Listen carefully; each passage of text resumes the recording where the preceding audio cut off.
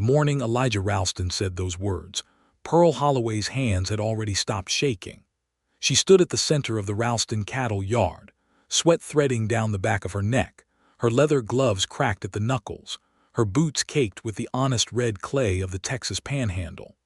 Around her, 8 ranch hands had formed a loose circle, their arms crossed and their jaws set with the particular stubbornness of men who had decided something before breakfast and would not be talked out of it after.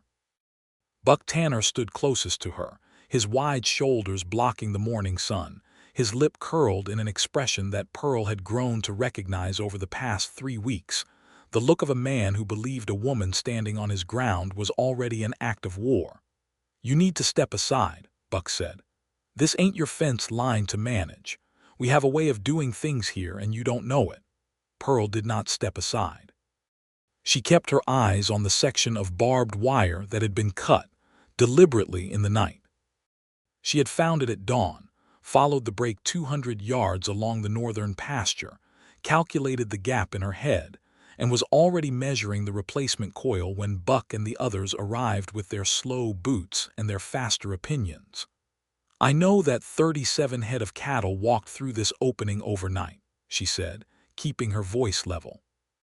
"I know the Hendricks land is on the other side of that hill, and I know the Hendricks family has been trying to expand their grazing territory for 2 seasons. And I know that if we do not repair this fence before noon, we will lose more cattle, and Mr. Ralston will lose money he cannot afford to lose right now." Buck's jaw tightened. He took 1 step toward her. "Mr. Ralston didn't hire you to tell us what he can afford." "Mr. Ralston hired me to manage this ranch," Pearl said. "So I suggest you pick up that wire stretcher, Buck Tanner, because I am not going to ask twice." The silence that followed was the kind that had weight to it, the kind that men in that era used to measure each other before deciding whether to fight or to work. Pearl could feel all 8 pairs of eyes pressing against her like thumbs on a bruise. She did not look away. She had come too far, survived too much, buried too many versions of herself on the long road to this moment to look away now. That was when she heard the hoofbeats. Elijah Ralston came around the bend of the North Trail at a canter, his dark horse throwing up pale dust, his hat pulled low against the climbing sun. He reined in at the edge of the group, looked at the broken fence, looked at Pearl, and then looked at Buck with an expression that Pearl had not yet seen on his face. She had seen him angry before. She had seen him exhausted and calculating, and occasionally, in unguarded moments, something close to tender. But this expression was different. It was the look of a man who had made a decision and was about to make it public. He swung down from the saddle without hurry. "What's the problem?" he said. Buck turned to him with the confidence of a man who expected to be believed. "She's trying to override the work assignments, Elijah. The men don't take orders from a woman. That's not how this outfit runs." Elijah did not look at Buck while Buck was speaking. He looked at the fence. He walked along it slowly, crouching once to examine the clean cut in the wire, and then he stood up and looked at Pearl. "You found this?" "Yes," she said. "Before sunup. I've already measured the replacement length needed. I've identified the most likely entry point where the cattle crossed. I believe this was cut by hand, not by weathering or livestock pressure." He nodded once slowly. Then he turned to face all 8 of his men, and what he said next was the thing that Pearl Holloway would remember for the rest of her life, would whisper to herself on hard nights and bright mornings, would eventually tell her children about when they asked how she and their father had found each other. "This woman works beside me," Elijah said, "not below me. Anyone who can't work by that rule can draw their pay at the house and ride out today." Nobody rode out. But to understand what those words cost him, and what they meant to Pearl, you have to go back to the beginning. You have to go back 3 months, to a railroad depot in Amarillo, Texas, in the autumn of 1883, when Pearl Holloway arrived with $2.40 in her coat pocket, a forged letter of recommendation, and a plan that was either brilliant or desperate, depending on how the next 24 hours went. The depot at Amarillo was a rough-edged place in those years, a timber and corrugated iron structure that smelled of coal smoke and animal fear, and the particular loneliness of people moving away from things rather than toward them. Pearl stepped off the southbound train with her single trunk and stood on the platform and breathed. She had been breathing this way since she left Kansas City, deliberately, measuring each breath like currency, refusing to let panic spend what calm had saved. She was 26 years old, and she had been many things by then. She had been a farmer's daughter in Missouri, where she had learned before she could read that land was either something you worked or something that worked you. She had been a school teacher for 2 years in Wichita, until the school board discovered she had been teaching the Mexican children in the back row the same lessons as the white children in the front, and decided that was one lesson too many. She had been a bookkeeper for a cattle broker in Kansas City, until the cattle broker's brother arrived with a marriage proposal that was more threat than question, and Pearl had calculated, with the same precision she applied to ledgers, that the distance between Kansas City and anywhere else was worth more than the security being offered.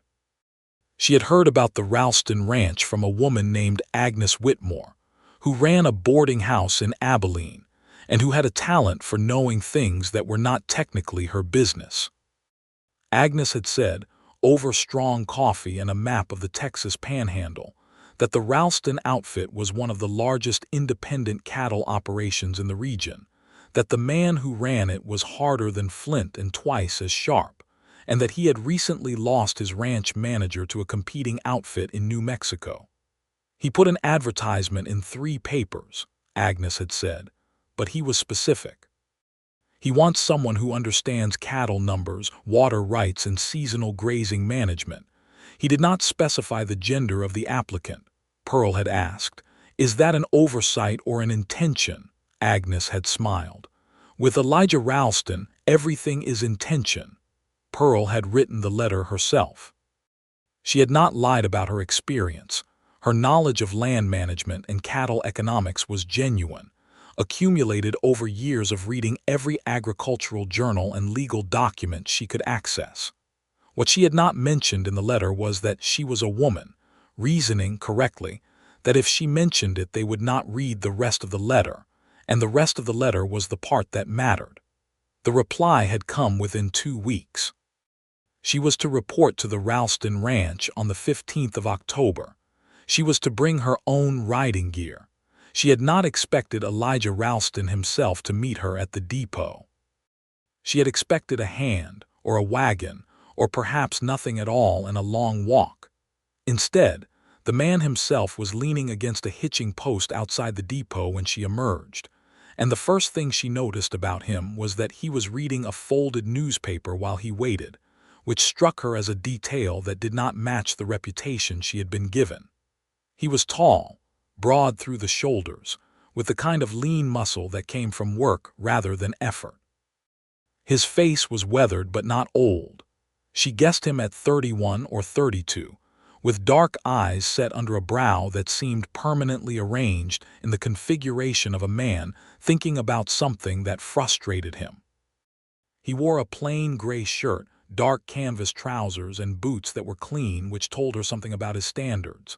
He looked up from the newspaper when she stopped in front of him, and she watched his face do the thing she had expected, the small recalibration, the flicker of surprise rapidly suppressed. He looked at her, then at her trunk, then back at her. "Pearl Holloway," he said. "Yes," she said, a beat of silence, 2 beats. She had planned for this moment and had decided she would not apologize into it, would not fill it with explanations or reassurances. She simply met his eyes and waited. He folded his newspaper. "Your letter said you managed seasonal grazing rotations for the Decker cattle operation." "I managed their books and their grazing schedules both," she said, "for 14 months. Before that I assisted a land attorney in Wichita with water rights disputes, which is knowledge that transfers directly to your current situation with the Hendricks family, given their ongoing pressure on your eastern boundary." His eyes sharpened. "You know about the Hendricks dispute?" "I did my research before I came," she said simply. Another silence, but a different quality of silence this time.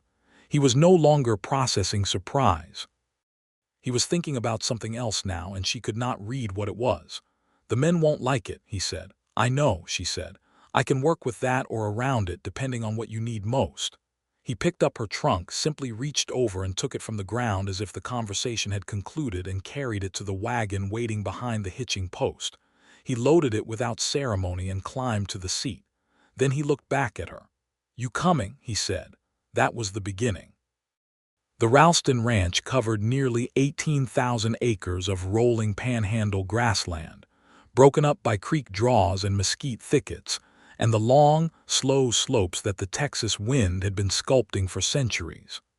The ranch house was a two-story timber structure, plain but solid, with a broad porch that faced west and caught the sunset like a painting every evening.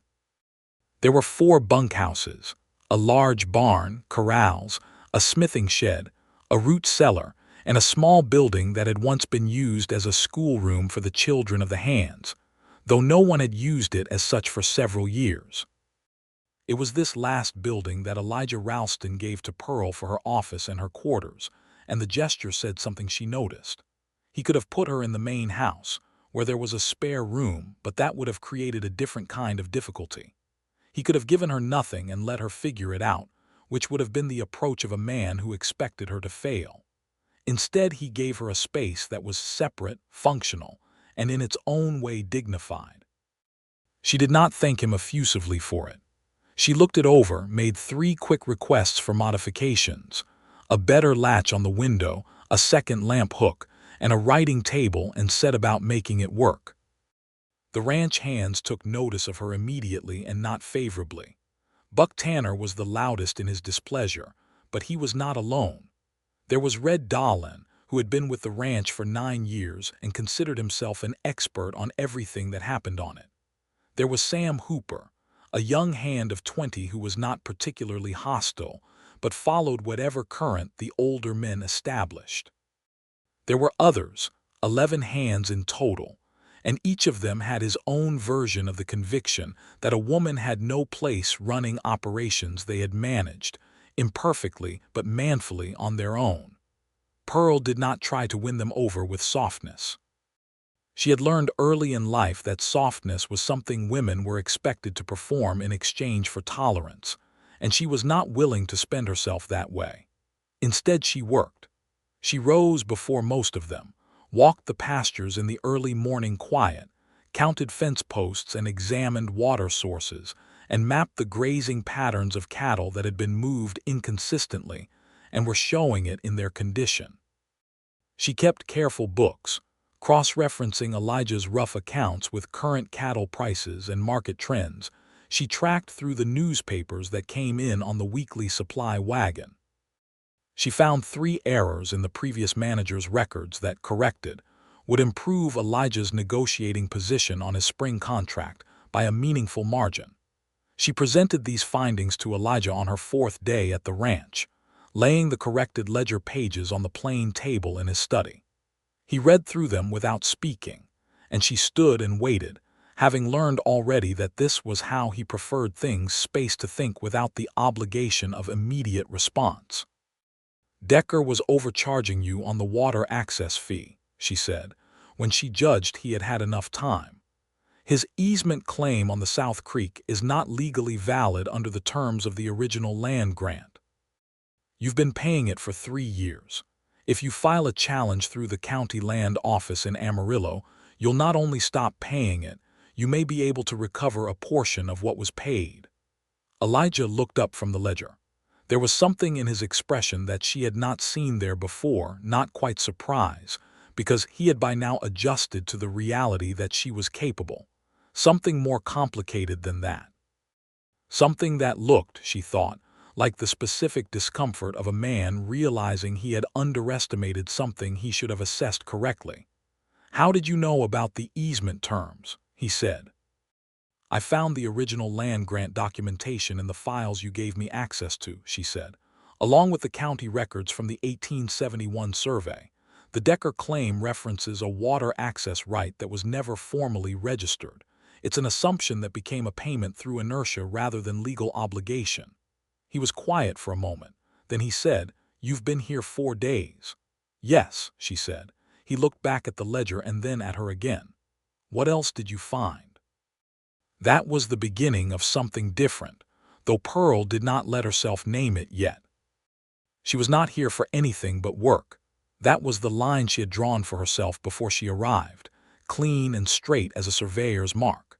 She was here because this ranch was an opportunity that did not exist in many other places, a chance to do the kind of work she was genuinely good at, work that involved her mind and her judgment and her hard-built knowledge, work that most doors would not open to a woman in 1883.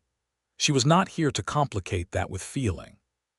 But Elijah Ralston was a complicated thing to not have feelings about. He was not easy. He did not smile often or without cause, and his cause was always specific, never social. He had a habit of silence that other men misread as coldness, but that Pearl recognized as something more interesting. A disinclination to speak without content, a refusal to fill air with words that did not earn their place. He ran his ranch with a consistency that bordered on severity, holding his standards for himself at least as high as those he held for his men, and this was the quality Pearl found most disarming, because she had not expected it. She had expected a man who demanded without modeling. Instead, she found a man who was already up and working before he asked anyone else to begin. She learned things about him gradually, the way you learn about a landscape by walking it over time rather than looking at it from a distance. She learned that he had built this ranch from a much smaller operation inherited from his father, who had died of fever in 1875 when Elijah was 23. She learned that he had a younger sister in Fort Worth who he wrote to every month, and who wrote back with the kind of detail that suggested she was the more expressive of the two. She learned that he had been engaged once, 6 years ago, to a woman named Caroline Marsh, who had broken the engagement when she understood that the ranch would always be his first commitment, and that this had not broken him but had sealed something in him like scar tissue, protective and slightly restricting both. She learned this last thing not from him directly, but from Agnes Whitmore, who came through the region in December with a supply caravan and stopped at the ranch for 2 nights and talked to Pearl by lamplight the way women talk when they are genuinely interested in each other's situations. "He's not cold," Agnes said, wrapping her hands around a tin cup. "He's careful. There's a difference, and most people never bother to look close enough to see it." Pearl said nothing, because she was being careful herself. The trouble with the Hendricks family escalated in November. Their patriarch, a man named Cyrus Hendricks, was the kind of land-hungry opportunist that the frontier produced regularly, and that legitimate ranchers spent considerable energy managing. He had approached Elijah twice in the previous 2 years with purchase offers for the eastern section of the Ralston Range, and Elijah had declined both times with the brevity of a man who did not intend to be asked again. Cyrus, apparently, did not share this understanding. The cut fence that Pearl found in early December was not the first interference. There had been a series of smaller provocations. A section of Ralston cattle found grazing on Hendricks' land and then impounded, requiring Elijah to pay a recovery fee that was legally dubious.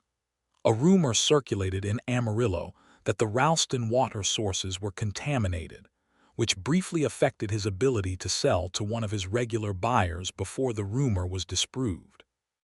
A night when 3 of the Ralston horses were found with their hobbles removed and wandered 2 miles west before being recovered.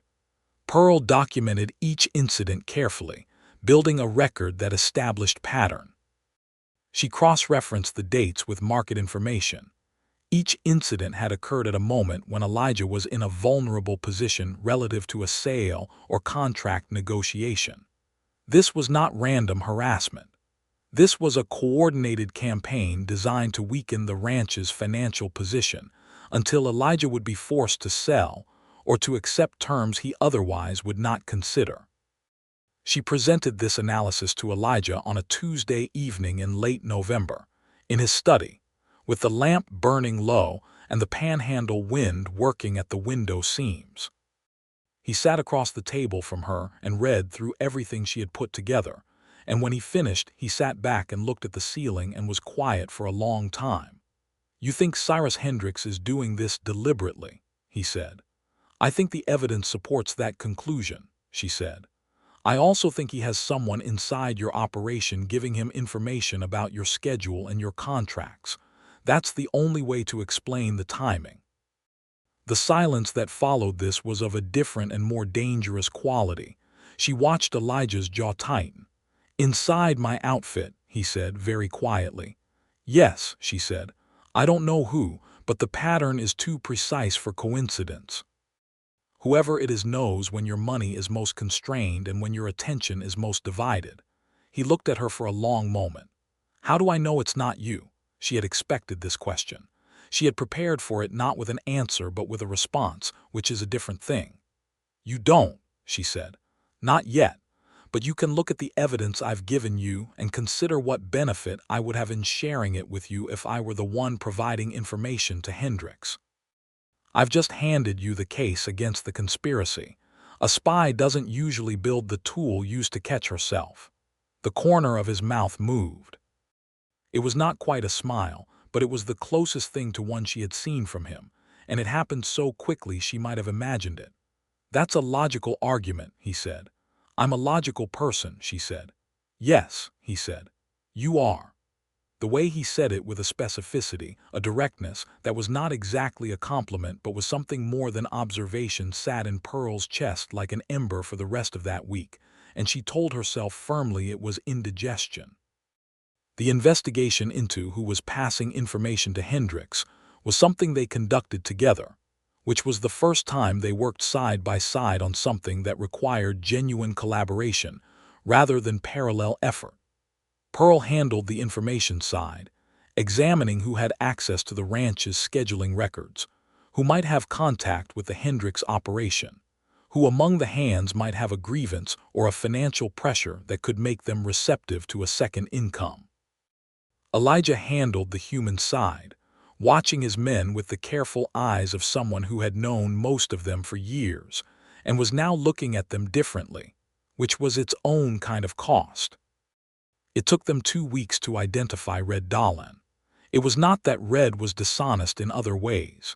He was a good hand, experienced and skilled, loyal in all the smaller dailiness of ranch life. But he had a brother in debt to a man in Amarillo who was connected to Cyrus Hendricks, and the debt had become a lever, and someone had used that lever without Red fully understanding, at first, what he was being used for. By the time he understood the larger picture, he was already implicated enough that he saw no clean way out. Pearl found the connection through the accounts, a small, repeated payment from a Hendricks-affiliated land office to a name that did not appear in any of the ranch's records but which matched the name of Red's brother. She brought it to Elijah not with triumph but with a kind of quiet sorrow, because Red Dahlin was not a villain, and exposing him would hurt him in ways that went beyond consequences. Elijah sat with it overnight. The next morning he spoke to Red privately in the barn for nearly an hour. Pearl did not know what was said. What she knew was that Red did not draw his pay and ride out. Instead, he went to Amarillo and gave a statement to the county sheriff about the Hendricks operation, which set in motion a legal challenge that would occupy Cyrus Hendricks for the next 2 years and ultimately cost him his eastern expansion ambitions. Red stayed on the ranch. He was not the same after that conversation with Elijah, but he was present. And over the following months he became one of the quieter supporters of Pearl's authority, as if paying a debt that he felt personally toward her, even though she had not asked for it. The day of the cut fence, then, was December 12th, a Friday, cold and bright, and the confrontation in the yard was the thing that had been building since Pearl arrived, the question that Buck Tanner and the others had been moving toward, the moment when they would force Elijah to declare publicly where he stood. He stood beside Pearl.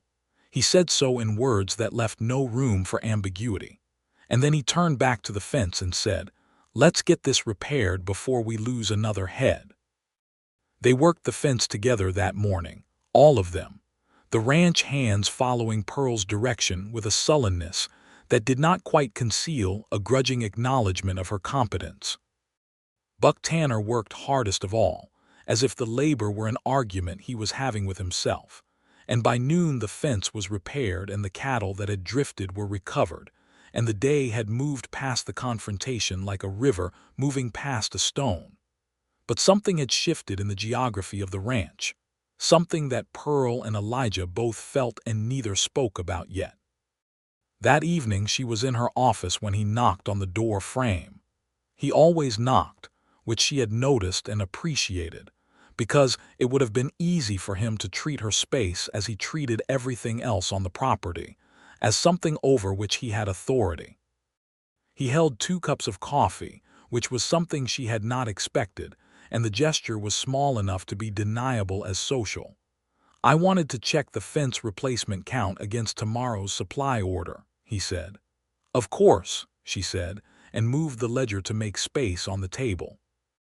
He sat across from her, and they went through the supply figures, and they talked about the eastern boundary, and about a water source she had been evaluating for the winter months. And outside the night came down cold and blue over the Panhandle, and the conversation moved the way rivers move, finding its own path around obstacles, eventually arriving at places not exactly planned. He said at one point, "Where did you learn to read landscape the way you do? Most people look at grassland and see grass. You look at it and see structure." She wrapped her hands around the tin cup. "My father was a farmer," she said, "not a cattleman. He grew crops on Missouri bottomland, and he had a gift for understanding soil and water, not theoretically, but practically, the way you understand your own hands. He took me with him when he walked the land, and he taught me to read what I saw. Not the words he would have used. He didn't have formal vocabulary for most of it, but the meaning underneath the words." She paused. "He died when I was 15. And after that I think I kept reading the land the way he taught me because it was the closest thing I had to a conversation with him." The silence after this was careful and respectful and a little warm, the way silences become when something real has been said into them. "What happened after?" Elijah asked. It was a direct question, and she recognized it as such, not intrusive, but genuinely wanting to know, which was different. She told him some of it. The farming, the teaching, Wichita, the things she had learned in each place, and the reasons she had eventually moved on from each. She did not tell him everything. There were parts of the Kansas City story she kept back, not out of shame, but out of a sense that the full accounting of them would require more trust than they had built yet, and she was not someone who spent trust carelessly. He listened without interrupting, which she found remarkable, and when she finished speaking he was quiet for a moment and then said, "The men who made it necessary for you to leave Wichita and Kansas City, were they afraid of you, do you think, or just ignorant?" Pearl looked at him for a moment. It was a question that indicated he had understood the subtext of what she had told him. "Both," she said.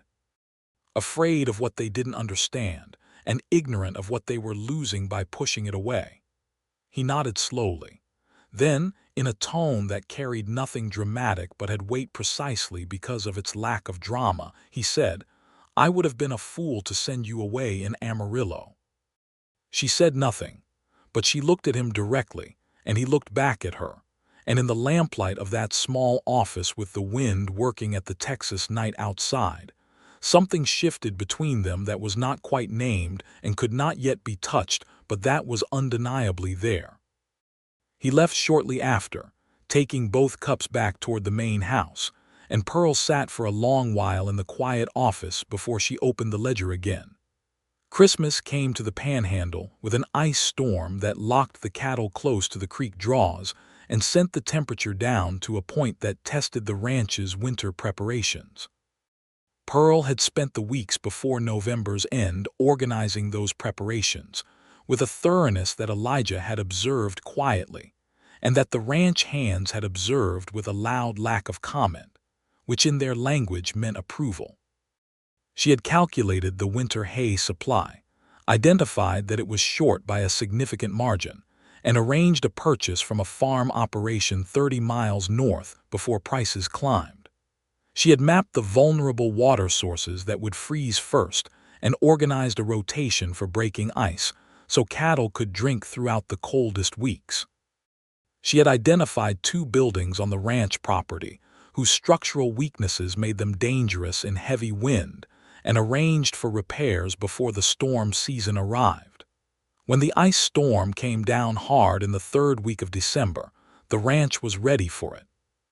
Cattle losses were minimal, 2 head from an older cow group that had been showing weakness already, a loss Elijah considered acceptable given the storm's severity.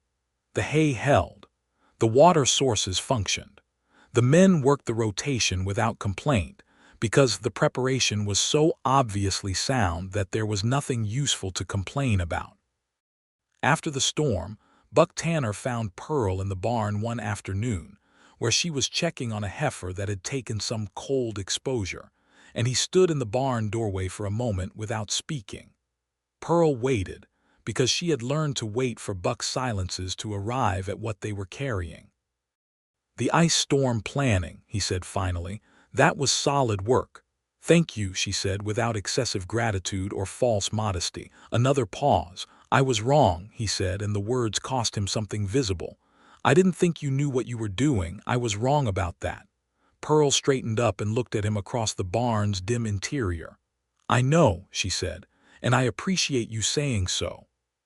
He nodded once and walked back out into the cold yard. And that was the end of it. But it was also, Pearl understood, the beginning of something that would make the spring much easier to navigate. January 1884 brought the contract season, and Pearl threw herself into its preparations with the focused energy that was her most reliable companion in times when other kinds of energy might have been dangerous to use.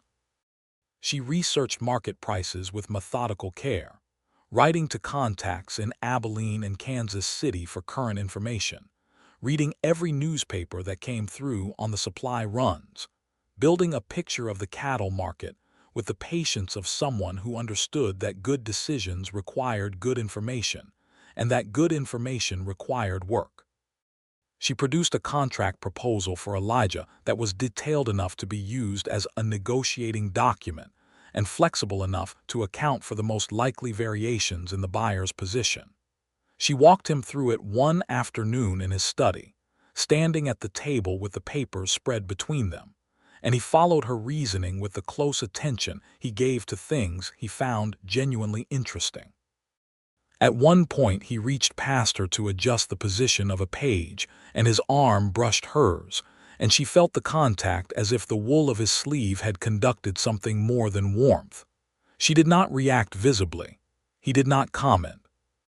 But when she looked up from the page a moment later, she found his eyes on her rather than the document, and he looked away first, which told her something she filed away carefully in the part of herself she had reserved for information she was not ready to act on. The contract negotiations in Amarillo went well. She accompanied Elijah, which raised eyebrows at the stockman's office until she began speaking, at which point the eyebrows lowered and the pencils came out.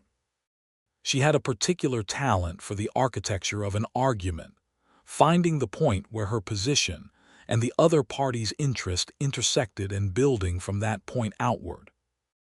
Elijah watched her work and said very little, which she had learned to recognize as his version of admiration.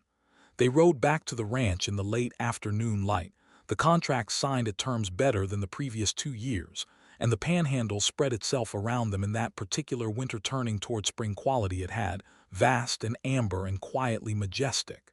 "You should have been doing this from the start," he said, out of nowhere. She looked over at him. "What?" "This," he said. "Not just the bookkeeping, not just the logistics, the full work.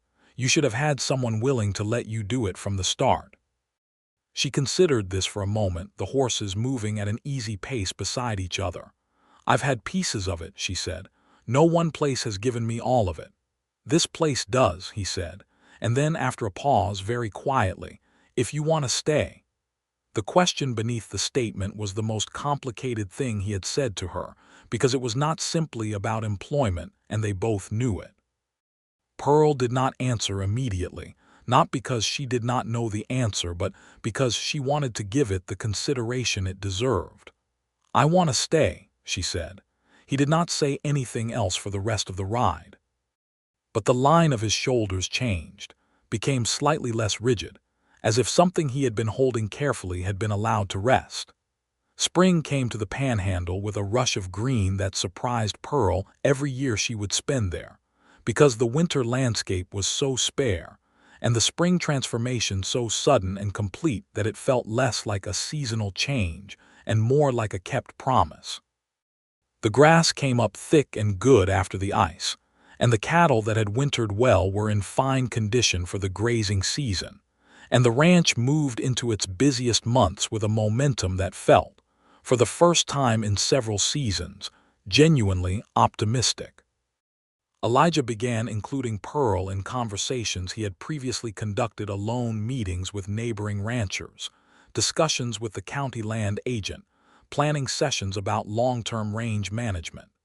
He did this naturally, without fanfare, as if it had always been this way, and the people he dealt with adjusted to it at varying speeds, some quickly, some grudgingly, a few with genuine interest in the perspective she brought.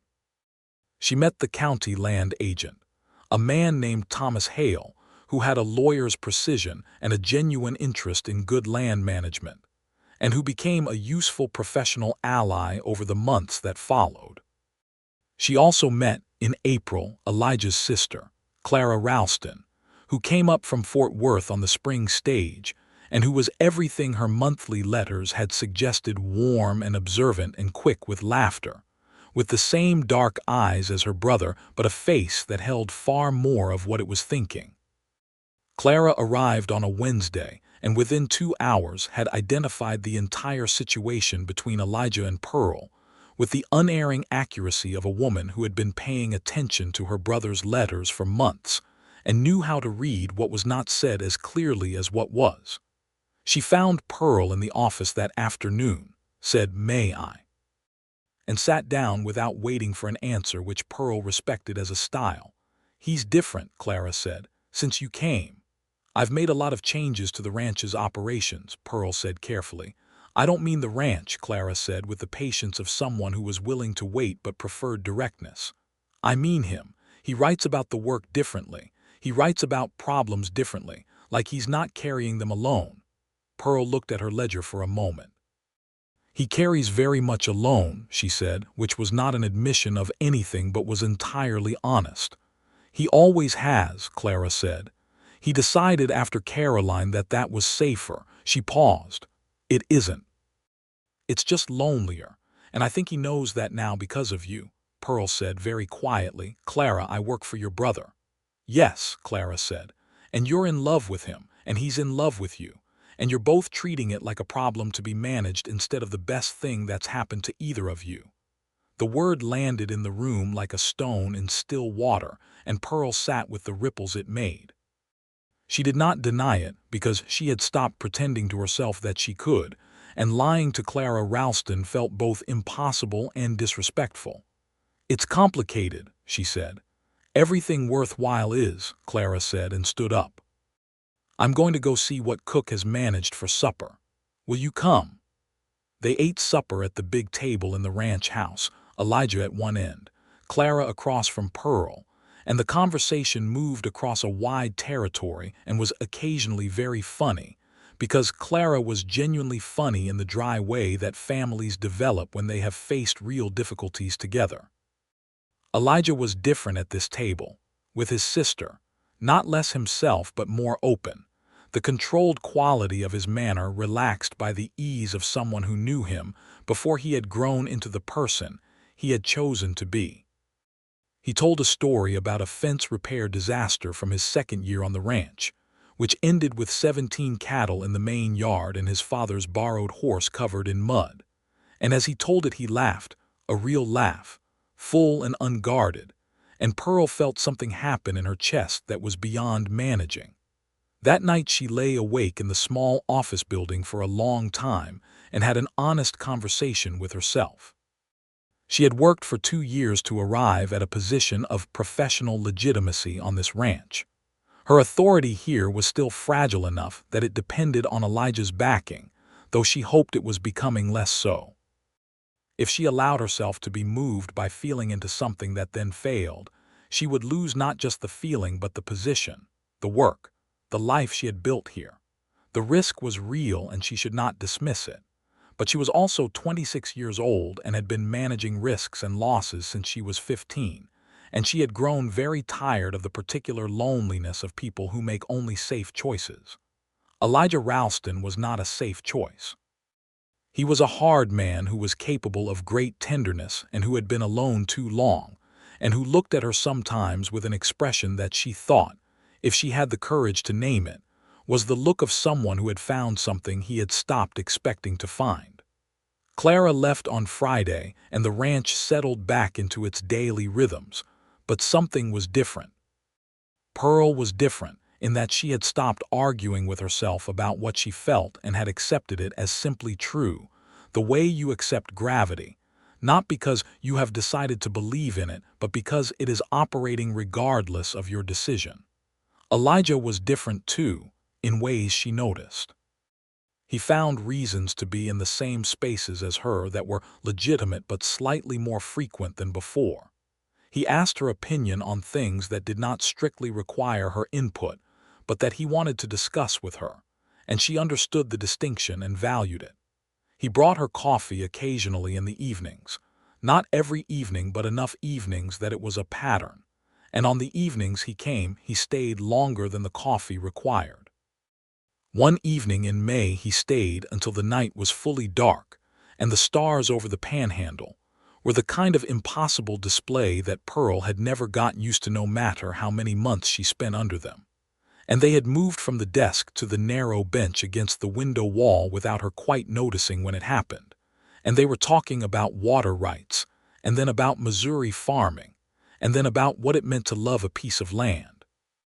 And at some point the conversation had arrived at a quiet place, and they were simply sitting close in the dark with the stars outside, and Pearl turned her head and found that he was already looking at her. He said, very quietly, "Pearl."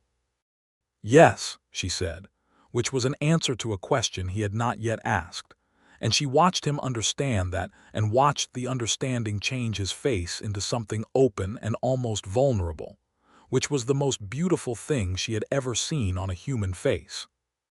He reached up and touched her face, just the edge of his hand against her cheek, careful and asking, and she turned slightly into the touch the way a plant turns toward light, and then he kissed her, slowly and with the seriousness he brought to everything that mattered, and Pearl thought that whatever came next, this moment already belonged to the permanent record of things worth having lived for. They did not rush anything.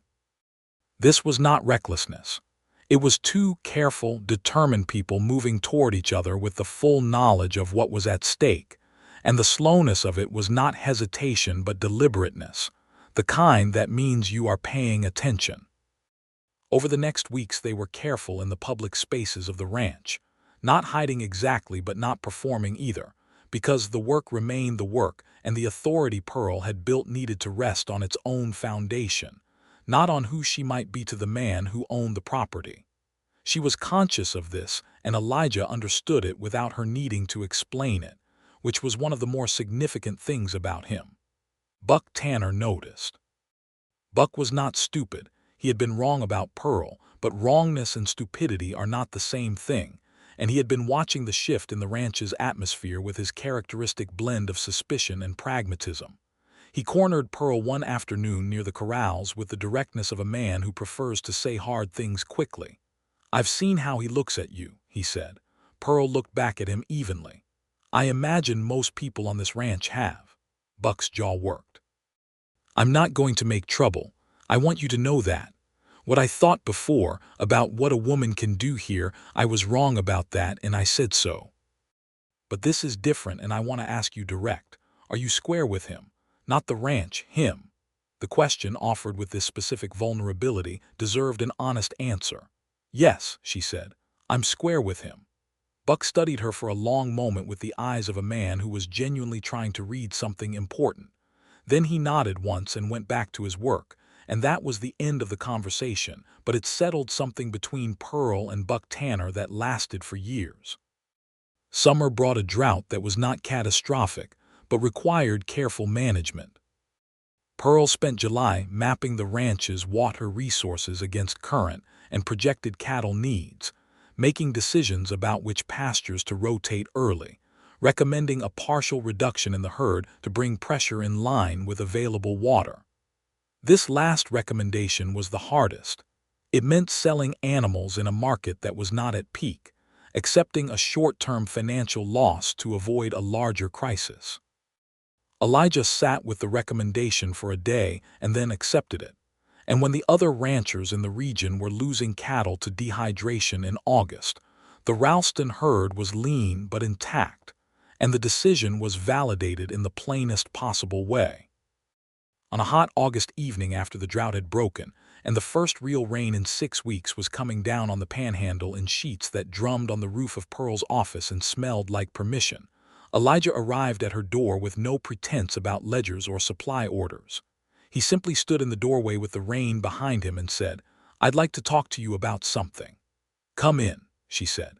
He came in and stood in the lamplit room and looked at her and said, "I know what I want, Pearl. I've known since January. I've been waiting to make sure you had what you needed here independent of me, so that you could make a choice that was genuinely yours." She felt the precision of this, the care it represented, that he had understood what she needed and waited until it was real rather than asking her to trust a promise. "That's why you've been," she began. "Careful," he said.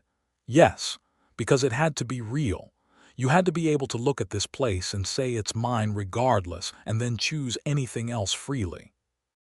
She looked at him across the small room with the rain loud on the roof, and the lamp making everything warm and the truth of what they were to each other so clear by this point that it felt less like a discovery and more like a confirmation. "It is real," she said, "and I choose freely." He crossed the room in a few steps and she stood, and they came together in the way people do when they have been patient long enough, and there is nothing left that wisdom requires them to wait for. He held her with the same strength he brought to everything, and with a gentleness she had seen in small moments and now felt fully, and she held him back with both arms, and outside the rain came down like everything difficult washing away. He asked her to marry him on a Sunday morning in September, standing on the west porch of the main house in the early light, holding a coffee cup in one hand and her hand in the other, and he asked her plainly, without ceremony, but with a weight that made it clear this was the most serious thing he knew how to say. "Yes," she said, just as plainly, and he brought her hand up and kissed it with an old-fashioned formality that made her smile. They married in October, a year and 5 days after Pearl had stepped off the train in Amarillo with $2.40, and a plan that was either brilliant or desperate. The ceremony was held at the ranch, conducted by a circuit preacher named Reverend Alvin Moore, who came through the Panhandle every 6 weeks, and who had officiated at 3 of the ranch hand families' weddings, and who said, after talking to both Elijah and Pearl separately, that he had rarely married 2 people who were so clearly going to be all right. Clara came up from Fort Worth with her husband, a quiet bookbinder named Henry Barlow, who liked Pearl immediately, and who said, as the only personal comment he made about the whole situation, that any woman who could get Elijah Ralston to relax his jaw muscles was either a saint or a force of nature, and it was probably both. Agnes Whitmore came too, making the trip from Abilene with the energy of someone who felt personally invested in the outcome, which Pearl supposed she was, having provided the intelligence that started the whole chain of events.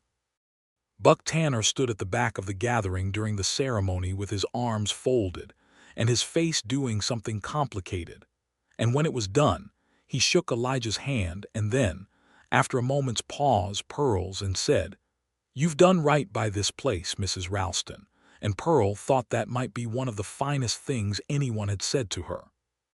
Red Dolan wept openly and without apparent embarrassment, which Pearl found she appreciated more than she would have expected. The winter of their first married year was different from everything that had come before. Pearl still ran the ranch operations. This had not changed and would not change. Elijah had no interest in changing it, and Pearl had no interest in diminishing what she had built, but the texture of the days was different. She woke in the main house now, and not the small office, though she still used the office as her working space and kept it ordered the way she always had. She and Elijah had their mornings together, quiet and practical, coffee at the plain kitchen table, going over the day's priorities the way two people who are both professionals and also in love can do, which is one of the more sustaining combinations available to human beings. She found, to her own surprise, that she was happy. Not in a simple or uncomplicated way.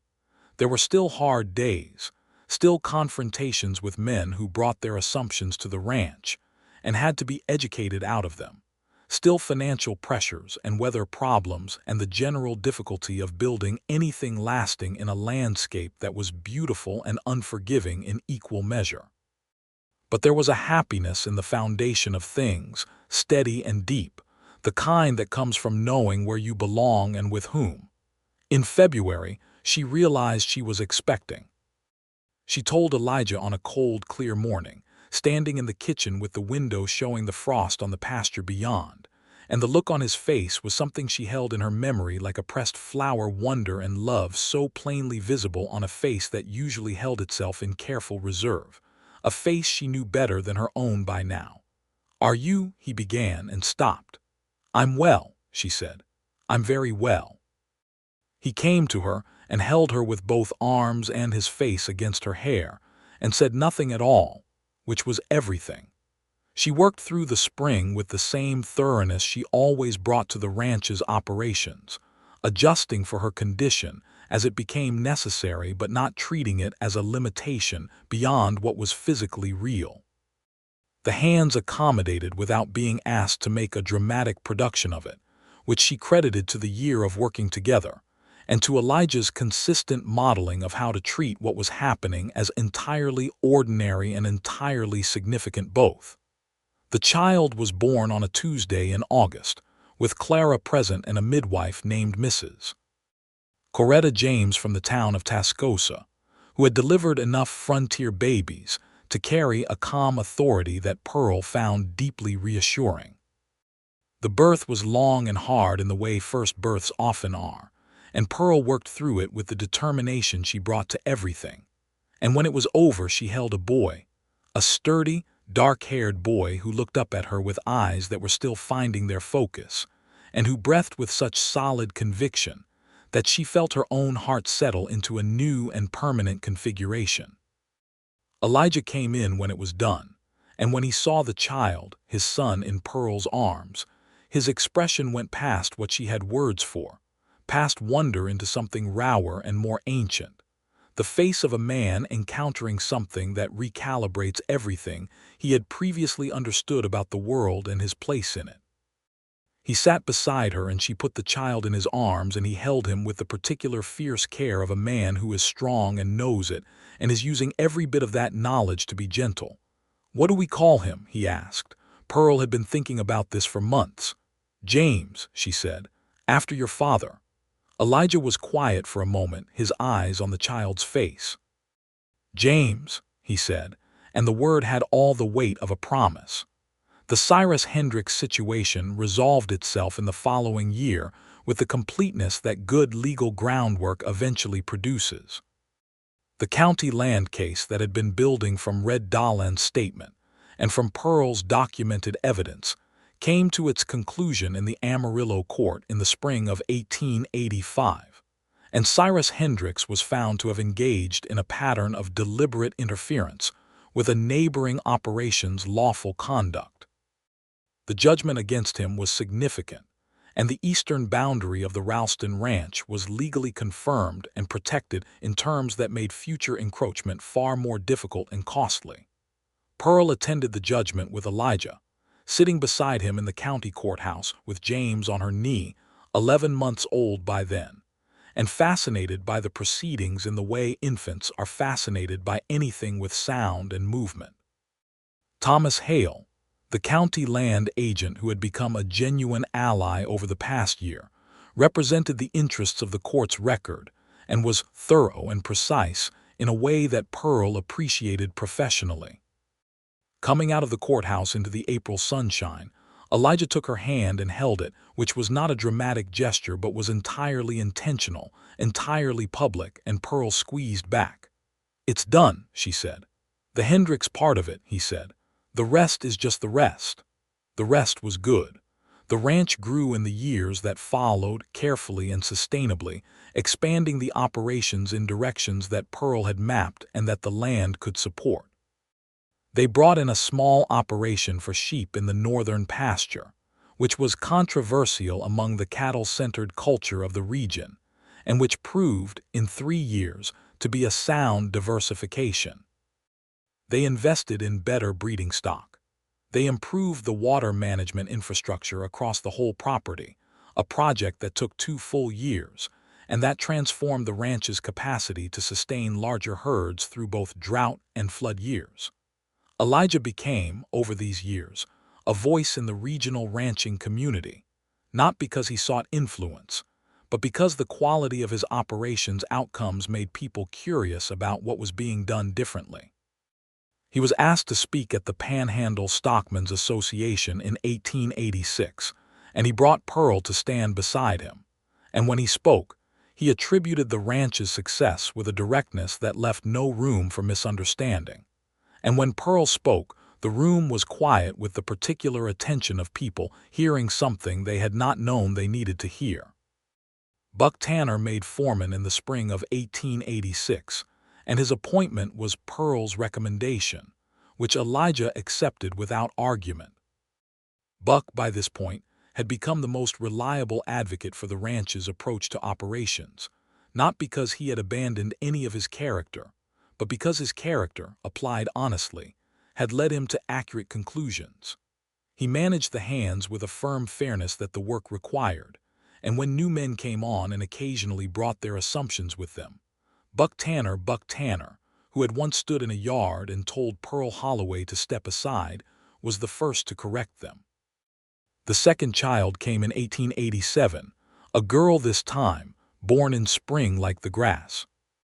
They named her Ruth, and she had Pearl's gray eyes and Elijah's stubborn chin, and even as an infant she had an expression of someone who had considered the available information and formed a strong view.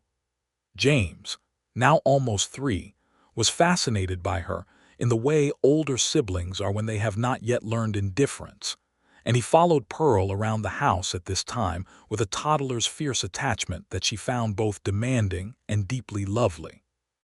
In the evenings, when the children were settled and the ranch was quiet, and the Panhandle sky was doing what it always did, the impossible long sunset, the stars arriving one by one until there were too many to count, Pearl and Elijah sat on the west porch with their coffee and talked about whatever needed talking about, or sometimes said nothing at all, which was its own kind of language. "Do you ever think about going back?" He asked her one evening, back to Kansas City, she understood, or to Wichita, or to any of the places that had come before this one. "No," she said simply. And then, because it was true and he deserved the full truth, "I think about the road that brought me here sometimes, all the places that were wrong so that I could eventually find the right one, but I don't want to go back. I'm where I belong." He reached over and put his hand over hers on the porch rail, and they watched the darkness come down over the land they had built together, and Pearl felt the particular peace of someone who has survived many things and arrived at something real. Clara came to visit twice a year by this time, and she and Pearl had developed the kind of friendship that is rare precisely because it is built on genuine mutual regard rather than obligation or proximity. They wrote to each other between visits with the frankness of 2 women who had decided honesty was more valuable than comfort, and their letters were among the things Pearl treasured most in a life that was by now rich with things worth treasuring. Agnes Whitmore visited in the summer of 1887, making a longer trip than usual because she was in the early stages of retiring her boarding house and considering her options. And Pearl spent a week working beside her in the evenings, helping her think through the financial side of the transition with the same care she had always given to any problem brought to her in good faith. Agnes left with a sounder plan and a standing invitation to return whenever she chose, and she exercised that invitation 3 more times before settling eventually in Abilene with a well-managed investment and a house that was her own. The late 1880s brought changes to the region that Pearl tracked with the attention she gave to anything that affected the land and the work. The cattle industry in the Texas Panhandle was going through a significant transformation. The open range era was closing. Fenced range management was becoming standard. Market pressures and overgrazing on unmanaged land were creating consolidation pressures that would reshape the region's economic structure over the next decade. Some ranchers resisted this change with the stubborn conviction of men who had built their operations on one model and could not reimagine them on another. Elijah did not resist. This was largely because Pearl had been arguing, with documented evidence, for the past 3 years that the transition was coming and that early preparation would create advantage rather than crisis. He had listened. He had always listened, which remained one of the things she most valued about him. And the Ralston Ranch was in a position to navigate the changes of the late 1880s from a foundation of good fencing, sustainable grazing management, and financial stability. Other ranches were not so fortunate, and there were painful seasons in the region during this period, seasons that Pearl watched with a combination of professional sorrow and the more complicated grief of someone who understood that preventable things have particular weight. She wrote about this in a letter to the Panhandle Stockmen's Association Journal. The association had begun publishing a quarterly report, and Thomas Hale had invited her to contribute, laying out in clear and practical terms the grazing management principles that had allowed some operations to sustain while others struggled. The article was published over the name P. Ralston, which was sufficient to begin with. When the letters came back asking for more, and when it became known that P. Ralston was Pearl Ralston, the responses were varied. Some correspondents withdrew their interest, some became more interested, and a few wrote with the genuine professional engagement of people who cared more about what worked than who was saying it. The third child, another boy, arrived in the autumn of 1889, and they named him William after Elijah's uncle, who had been a surveyor in his youth and had passed on a set of maps and surveying tools that Elijah still kept, and that William would eventually use to help extend the ranch's boundary survey with a precision his gray uncle would have approved. 3 children and a ranch and a marriage and a professional life that had become, by the early 1890s, something Pearl had not imagined in its fullness, even in the most optimistic versions of the plan she had made in that Abilene boarding house. She was not inclined to take any of it for granted. She knew too well how contingent things were, how many people in her life, and in the lives of people she knew and read about, had worked as hard as she had and arrived at less, because the combination of timing and geography and the presence of someone willing to say those words had not come together the way it had for her. She thought about that sometimes, on the west porch in the evenings, with the immensity of the Texas sky above, and the ranch spread out in all directions below it, the work of years made visible in fences and water sources and well-grazed pastures and buildings that stood solid against the weather. She thought about the schoolgirls in the back row in Wichita, and the women in Kansas City who had managed smaller tolerances than hers with less room to maneuver. And she held these thoughts not with bitterness, but with the particular kind of attention that motivates action.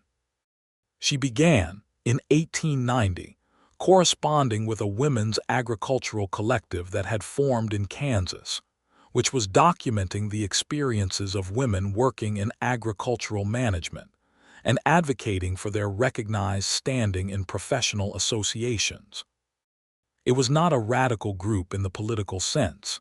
It was very practical, focused on documentation and professional recognition rather than confrontation, and Pearl's participation was consistent with her general approach to change.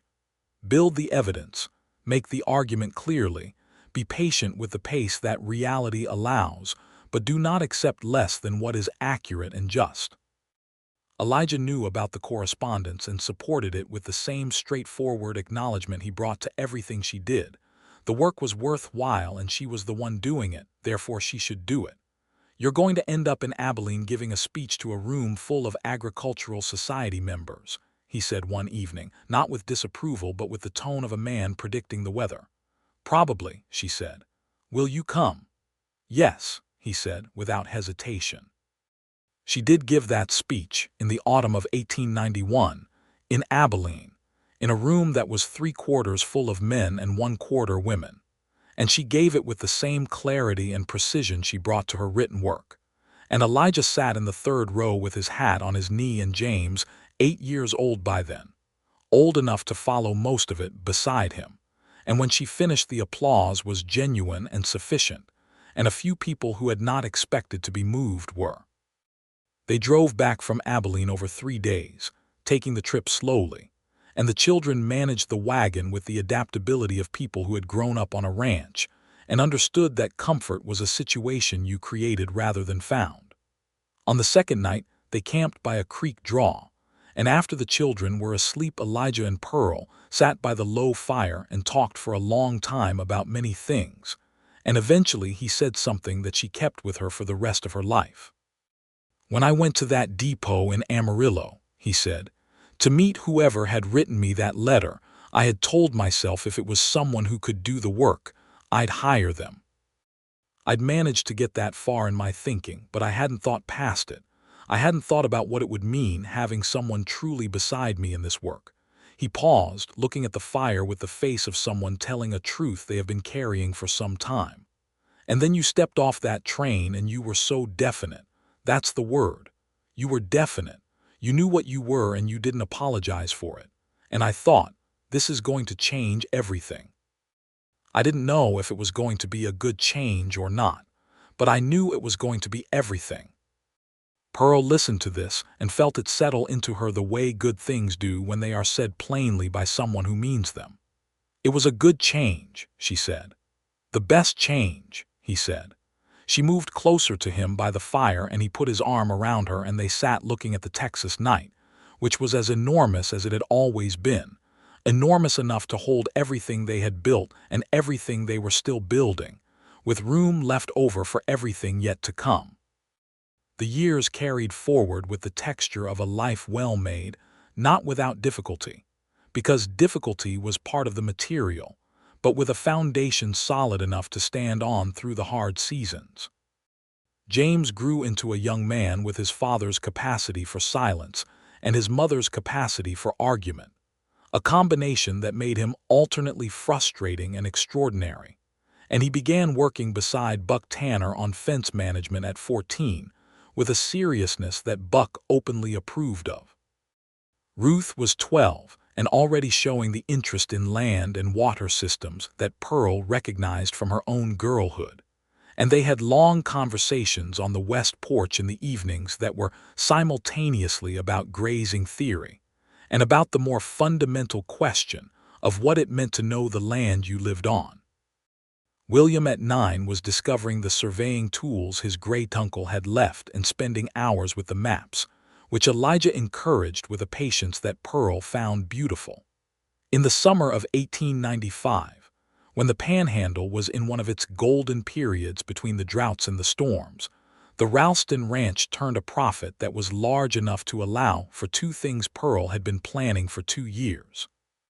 The first was an expansion of the water infrastructure on the northern section, a project that would make the sheep operation truly viable through the dry months. The second was the repair and refurnishing of the small building that had once been Pearl's office and first quarters, which she had proposed converting into a genuine schoolroom for the ranch community. By 1895, There were 11 families with children on the ranch property, ranging from infants to teenagers, and the nearest schoolhouse was 14 miles from the ranch gate. Pearl had been informally tutoring some of the children for years, and she had watched it become something that the families depended on and that the children deserved to have properly. She hired a young teacher named Miss Joanna Prout from Amarillo, who was 22 and energetic and terrified in approximately equal measure when she arrived, and who became, over the first season, an excellent teacher and a person Pearl was genuinely glad to know. The schoolroom opened in October, and all 11 families contributed to it in various ways. And the first morning that 12 children sat at the desks Pearl had ordered from a supplier in Abilene. She stood at the window of the main house and watched, and felt something that was not pride exactly, though pride was part of it, something more like the satisfaction of a design fully realized.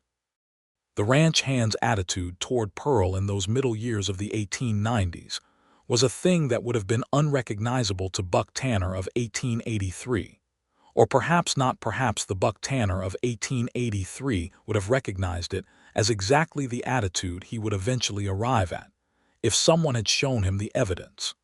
They deferred to her professional judgment, with the naturalness of people who have learned that deference is sensible rather than weak when the person is correct. They brought problems to her, with the directness of people who expect those problems to be taken seriously. The new hands who came in over the years learned the culture of the ranch and adjusted to it quickly, because the culture was consistent and clear. The work was what mattered, the work was done right, and the people who set the standards for it were Elijah and Pearl Ralston, side by side. One evening in 1896, a quiet evening in late spring, the children at their various occupations, the ranch wound down for the day. Pearl was standing at the west porch rail looking at the sky when Elijah came to stand beside her.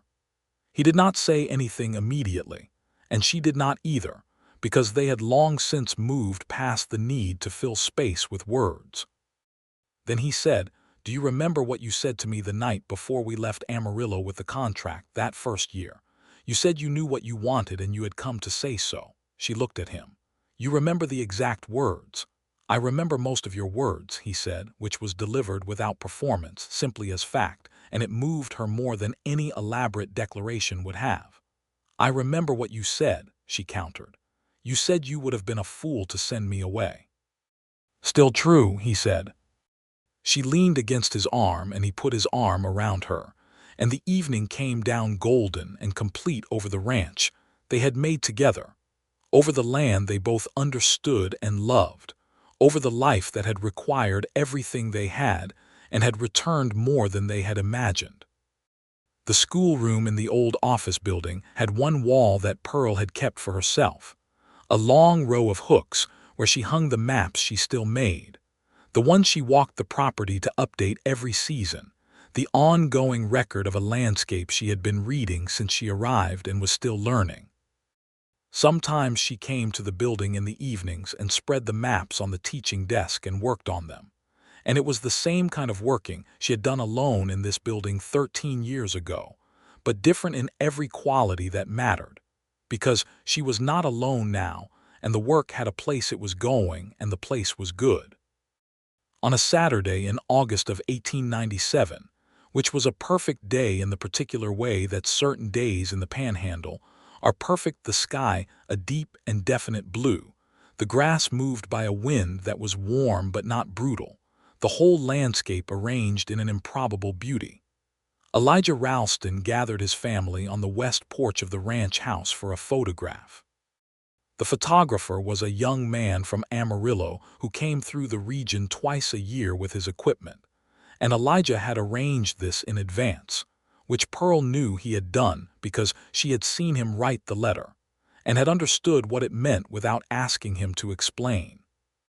They arranged themselves in the way families do when left to their own arrangement, James tall and a little self-conscious at 15, Ruth beside him with her serious gray eyes and her characteristic expression of someone who has already formed an opinion, William in front with the innocent confidence of 9 years old, and Pearl and Elijah at the center, Pearl with her hand through his arm and Elijah's hand over hers on the porch rail. The photographer disappeared beneath his cloth. There was the sound of the shutter. Pearl looked at the image when it came back 2 weeks later in its plain card frame. She looked at it for a long time, at the faces of her children and at Elijah's face and at her own, and she thought about the depot in Amarillo and the $2.40, and the plan that had been either brilliant or desperate and that had turned out to be neither one and both. In the photograph, she was not below anyone. She was where she had always been at her best and where she intended to remain for the rest of her days. Beside the person she loved, on the ground they had made their own, doing the work that mattered in the life that was entirely, irrevocably, and joyfully hers. Elijah found her looking at the photograph at the kitchen table one evening and sat across from her with his coffee. "Well," he said. She looked up at him.